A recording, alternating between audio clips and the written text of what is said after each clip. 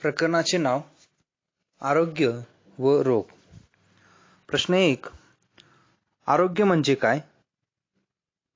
शारीरिक, मानसिक आणि सामाजिकरित्या पूर्णतः सुदृढ असण्याची स्थिती म्हणजे आरोग्य. प्रश्न 2. रोग म्हणजे काय? शरीर क्रियात्मक किंवा मानसशास्त्रीयरित्या शरीरातील महत्त्वाच्या जैविक कार्यामध्ये अडथळा आणणारी स्थिती म्हणजे रोग होय. प्रश्न 3. डेंग्यू हा आजार कोणामुळे होतो? डेंग्यू हा आजार फ्लेविव्हायरस या प्रकारातील डेन 1, 2 या विषाणूमुळे होतो. प्रश्न 4. डेंग्यूची लक्षणे कोणती? तीव्र ताप, तीव्र डोकेदुखी, उलट्या होणे, सर्वात महत्त्वाचे म्हणजे डोळ्याच्या खुबनीत दुखणे, रक्तातील रक्तबिंदिका यांचे प्रमाण कमी होणे, यामुळे शरीरांतर्गत रक्तस्राव होणे. प्रश्न 5. डेंग्यूचे सर्वात महत्त्वाचे लक्षण कोणते? डेंग्यूचे सर्वात महत्त्वाचे लक्षण म्हणजे डोळ्यांच्या खुबनीत दुखणे. प्रश्न 6. स्वाईन फ्लूचा संसर्ग कोणाद्वारे होतो? स्वाईन फ्लूचा संसर्ग डुक्कर या प्राण्याद्वारे तसेच माणसाद्वारे होतो. प्रश्न 7. स्वाईन फ्लूच्या विषाणूचा प्रसार कोणाद्वारे होतो? स्वाईन फ्लूच्या विषाणूचा प्रसार रोग्याच्या घामातून व नाकातील, घशातील स्त्राव व थुंकीतून होतो. प्रश्न 8. हिवताप कशामुळे होतो? हिवताप हा ॲनाफिलीस डासाच्या मादीमुळे होतो. प्रश्न 9. हत्तीरोग कोणामुळे होतो? हत्तीरोग हा क्युलेक्स डासाच्या मादीमुळे होतो. प्रश्न 10. ॲनाफिलीस व एडिस डासाचे वास्तव्य कोठे असते? ॲनाफिलीस व एडिस डासाचे वास्तव्य स्वच्छ पाण्यात असते. प्रश्न 11. स्वाईन फ्लूची लक्षणे कोणती? धाप लागणे किंवा श्वसनाला अडथळा निर्माण होणे, घसा खवखवणे, शरीर दुखणे इत्यादी स्वाईन फ्लूची लक्षणे आहेत. प्रश्न 12. स्वाईन फ्लूची बाधा सर्वप्रथम कोणत्या देशात झाली? स्वाईन फ्लूची बाधा सर्वप्रथम मेक्सिको देशात झाली. प्रश्न 13. स्वाईन फ्लू कशामुळे होतो? स्वाईन फ्लू इन्फ्लुएन्झा ए या विषाणूमुळे होतो. प्रश्न 14. H1N1 हा विषाणू कोणामध्ये आढळतो? H1N1 हा विषाणू डुकरांच्या मध्ये आढळतो. प्रश्न 15. एड्सचा लॉंग फॉर्म काय? ॲक्वायर्ड इम्युनो डिफिशियन्सी सिंड्रोम हा लॉंग फॉर्म आहे. प्रश्न 16. एड्स हा रोग मानवाला कोणत्या विषाणूमुळे होतो? एड्स हा रोग HIV या विषाणूमुळे होतो. प्रश्न 17. डेंग्यूच्या डासांची संख्या कशामुळे वाढते? साठलेल्या पाण्यात डास अंडी घालतात आणि त्यांच्या वाढीस पोषक वातावरण निर्माण होऊन त्यांची संख्या वाढते. प्रश्न 18. डेंग्यू हा रोग कोणामुळे पसरतो? इडिस इजिप्ती या प्रकारच्या डासामार्फत डेंग्यू हा रोग पसरतो. प्रश्न 19. एड्सचे निदान करण्यासाठी काय करावे लागते? एड्सचे निदान करण्यासाठी इलिजा ही रक्ताची चाचणी करावी लागते. प्रश्न 20. एड्सची लक्षणे कशी असतात? एड्सची लक्षणे व्यक्तिसापेक्ष असतात. प्रश्न 21. HIV विषाणू पहिल्यांदा कोठे सापडला? HIV विषाणू पहिल्यांदा आफ्रिकेतील एका खास प्रजातीच्या माकडात सापडला. प्रश्न 23. एड्स कंट्रोल प्रोग्राम आणि UNAIDS यांच्यामार्फत भारतात किती टक्के संसर्ग असुरक्षित विषम लैंगिक संबंधातून पसरत आहेत? 80 ते 85%. प्रश्न 24. रेबीज हा कोणता रोग आहे? रेबीज हा विषाणूजन्य रोग आहे. प्रश्न 25. रेबीज हा रोग कोणामुळे होतो? रेबीज हा रोग संसर्ग झालेला कुत्रा, ससा, माकड, मांजर इत्यादी चावल्यानंतर होतो. प्रश्न 26. रेबीज रोगाचे विषाणू कशामार्फत शरीरात प्रवेश करतात? रेबीज रोगाचे विषाणू मज्जातंतूवाटे मेंदूत प्रवेश करतात. प्रश्न 27. रेबीज या रोगाचे महत्त्वाचे लक्षण कोणते? रेबीज या रोगाचे महत्त्वाचे लक्षण हे जलद्वेष आहे. प्रश्न 28. कुत्रा चावल्यानंतर रेबीची लक्षणे किती दिवसात दिसतात? कुत्रा चावल्यानंतर रेबीची लक्षणे 90 ते 175 दिवसात दिसतात. प्रश्न 29. रेबीज रोगाची लक्षणे कोणती? 2 ते 12 आठवडे ताप राहतो, अतिशयोक्ती करत वागणे, पाण्याची भीती वाटणे. प्रश्न 30. असंसर्ग रोग कशाला म्हणतात? जे रोग संसर्गातून किंवा संक्रमणातून पसरत नाहीत त्या रोगांना असंसर्ग रोग म्हणतात. प्रश्न 31. कर्करोग कशाला म्हणतात?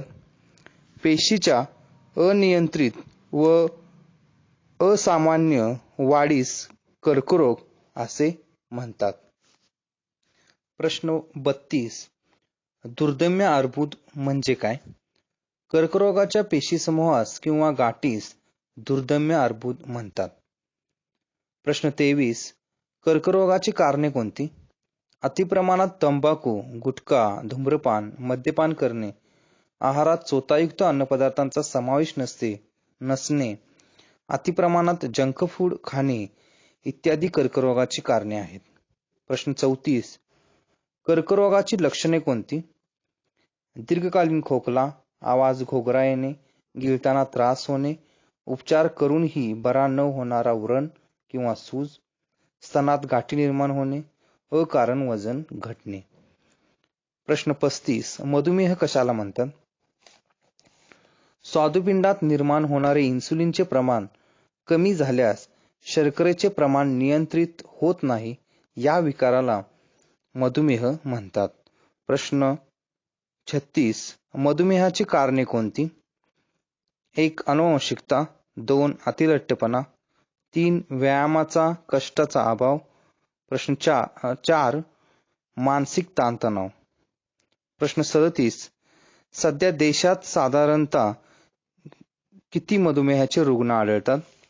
सध्या देशात साधारणतः 7 कोटी मधुमेहाचे रुग्ण आढळतात. प्रश्न 38. जगातील सर्वाधिक मधुमेहाचे रुग्ण कोठे आढळतात? जगातील सर्वाधिक मधुमेहाचे रुग्ण भारतात आढळतात. प्रश्न 39. हृदयाची कार्यक्षमता केव्हा कमी होते? हृदयाच्या स्नायूंना रक्ताचा व पर्यायाने ऑक्सिजन व पोषक द्रव्यांचा पुरवठा अपुरा पडल्यास हृदयाची कार्यक्षमता कमी. प्रश्न 40. हृदयविकारामध्ये कोणती लक्षणे आढळतात? छातीत असह्य वेदना होणे, छातीतील वेदनांच्यामुळे खांदे, मान व हात दुखणे, हात आकडणे, घाम येणे, अस्वस्थता, कंप जाणवणे इत्यादी. प्रश्न 41. हृदयविकाराची कारणे कोणती? धूम्रपान करणे, मद्यपान, मधुमेह, उच्च रक्तदाब, लठ्ठपणा, शारीरिक श्रमाची कमतरता, व्यायामाचा अभाव, सतत बैठे काम करणे, अनुवंशिकता, तणाव, रागीटपणा आणि चिंता ही हृदयविकाराची कारणे आहेत. प्रश्न 42. हृदयविकाराचे उपाय कोणते?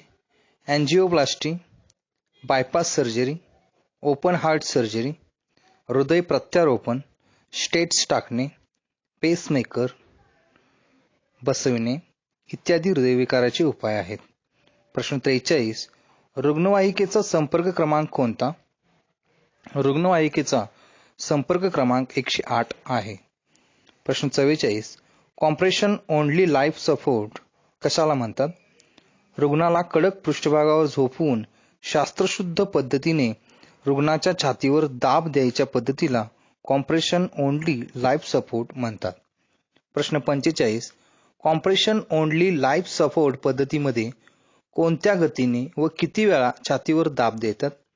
कॉम्प्रेशन ओन्ली लाईफ सपोर्ट पद्धतीमध्ये 100 ते 130 दाब या गतीने किमान 30 वेळा एका मिनिटाला छातीवर दाब देतात. प्रश्न 46. वारंवार वेदनाशामके पेनकिलर्स घेतल्यास शरीरातील कोणत्या घटकांच्यावर परिणाम घडतो? वारंवार वेदनाशामके पेनकिलर्स घेतल्यास चेतासंस्था, उत्सर्जन संस्था, यकृत यावर विपरीत परिणाम घडतो. प्रश्न 47. प्रतिजैविकांच्या अँटीबायोटिक्स अतिवापराने कोणती लक्षणे तयार होतात?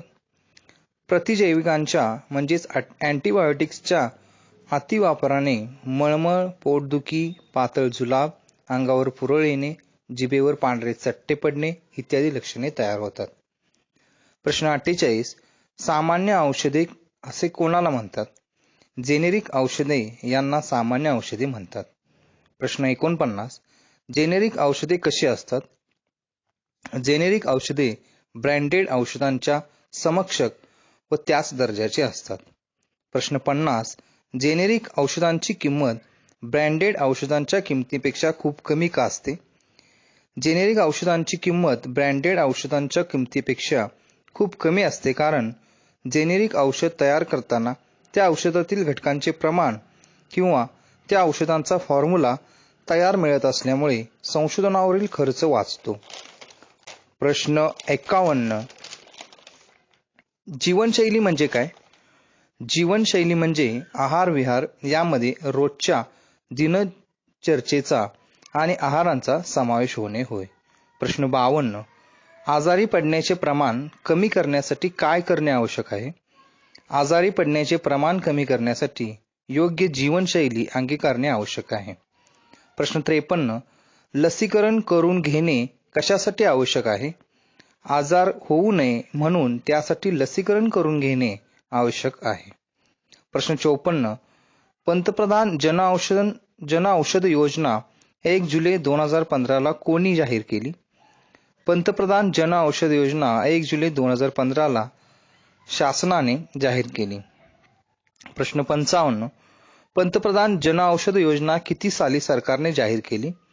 पंतप्रधान जन औषध योजना 1 जुलै 2015 साली सरकारने जाहीर केली. प्रश्न 56. पंतप्रधान जन औषध योजना कोणते कार्य करते?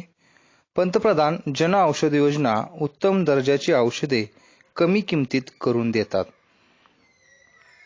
प्रश्न 57. जन औषधी स्टोअर्स का सुरू करण्यात आले आहे? जनतेला कमी पैशामध्ये उत्तम दर्जाची औषधे देण्यासाठी जन औषधी स्टोअर्स सुरू करण्यात आले आहे. प्रश्न 58. अमेरिकेत किती जेनेरिक औषधांचा वापर केला जातो? अमेरिकेत 80% जेनेरिक औषधांचा वापर केला जातो. प्रश्न 59. जागतिक आरोग्य दिन केव्हा साजरा करतात? 7 एप्रिल या दिवशी जागतिक आरोग्य दिन साजरा करतात. प्रश्न 60. जागतिक हृदय दिन केव्हा साजरा होतो? जागतिक हृदय दिन 29 सप्टेंबर रोजी साजरा होतो. प्रश्न 61.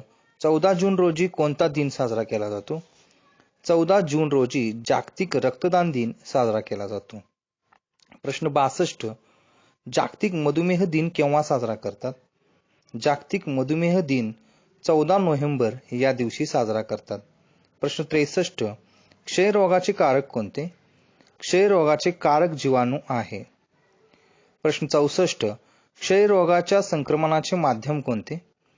रोग्याच्या थुंकीतून हवेमार्फत प्रसार, रोग्याच्या सानिध्यात दीर्घकाळ असणे, रोग्याच्या वस्तू वापरणे इत्यादी क्षयरोगाच्या संक्रमणाचे प्रकार आहेत. प्रश्न 65. क्षयरोगाची लक्षणे कोणती?